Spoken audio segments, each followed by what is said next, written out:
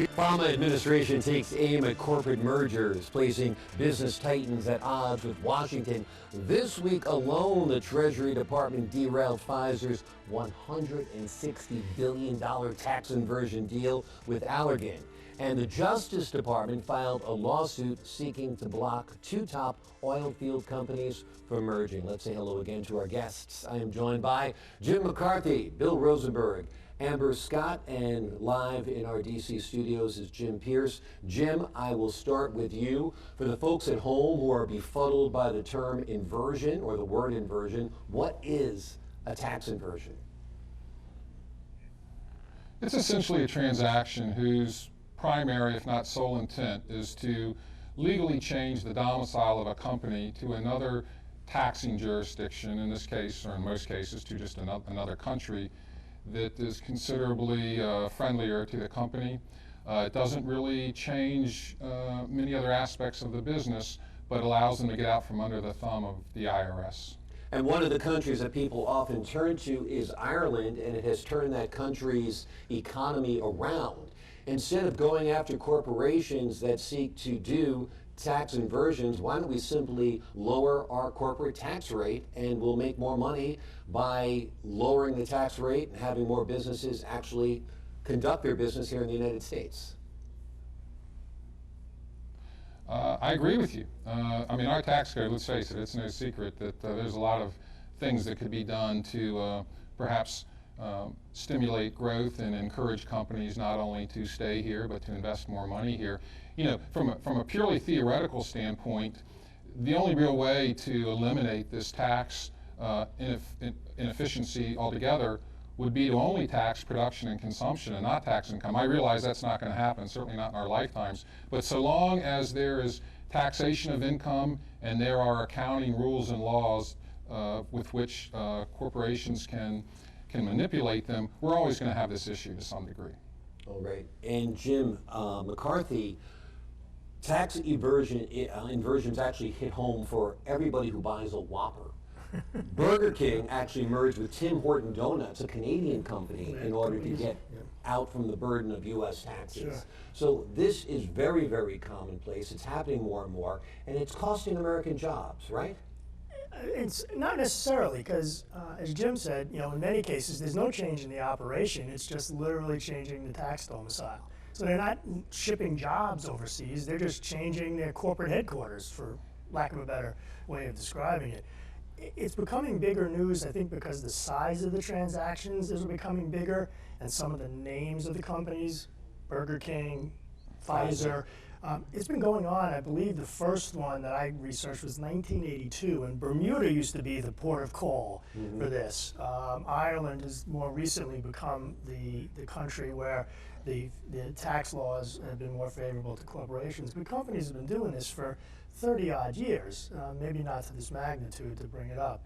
And again, I think it's a bit like the Panama thing, where, you know, the tax code almost encourages them to do that, because the way they're taxed here is just in such a way that it cuts into the profitability. And we could debate, you know, corporate entities and but they do create wealth in the country. I mean, companies, I have clients who own shares of Pfizer. You know, they would like to see the inversion done, because it brings more to the value of the Pfizer shares that they own. So that's maybe a small portion of the population, but.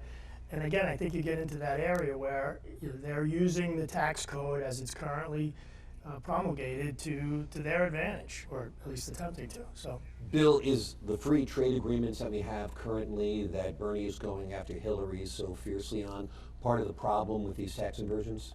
Well, I would suggest just stepping back for just 1 second.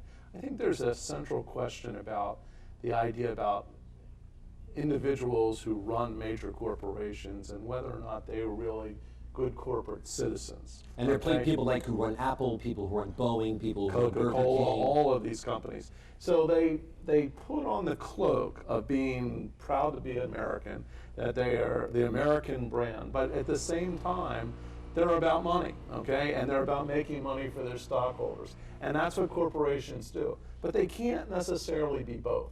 They can't necessarily be the entity that's the good corporate citizen if they're trying to avoid the responsibility in terms of tax. This is a very conscious effort by individual companies to ethically, not illegally, but ethically divert money away from the tax revenue in the United States. And I personally think that they should be called out on it. We should know exactly which companies are doing this and show what the impact of that. If it's not impacting jobs and it's not impacting the citizens, well, let them show that. Listen. But right now, that's not what seems to be happening. But Amber, why can't money just be more in the hands of the people? Why does the government have to get a huge chunk of corporate money?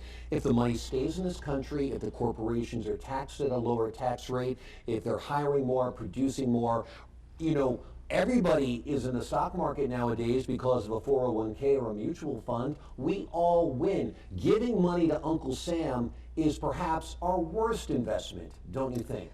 I will preface to say that I am Canadian, but I don't like giving money unnecessarily to the government more than I have to.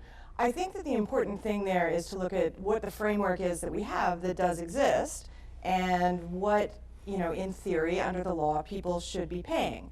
And when you're looking at something like tax evasion, what you're really talking about is a fraud that either a company or an individual is perpetrating against their government. Right. But and an so, aversion is not necessarily an evasion. It's not necessarily an evasion, but in cases of tax evasion, we're talking about something that's quite literally, my understanding that, hey, this is the share that I should be paying the way that the law is structured, but I'm not going to do that.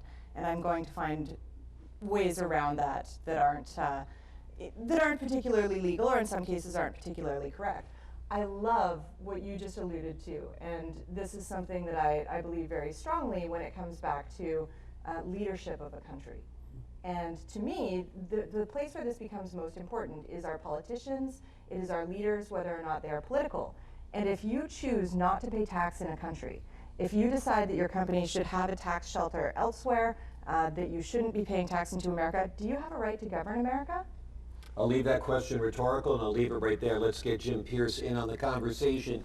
Jim, is the answer to all of these inversions and evasions and offshore corporations and shell companies, is it a VAT, a value-added tax, where if you spend your money, it's going to be a national sales tax, we're going to get a piece of your money, it's going to be impossible to hide because eventually you're going to spend it?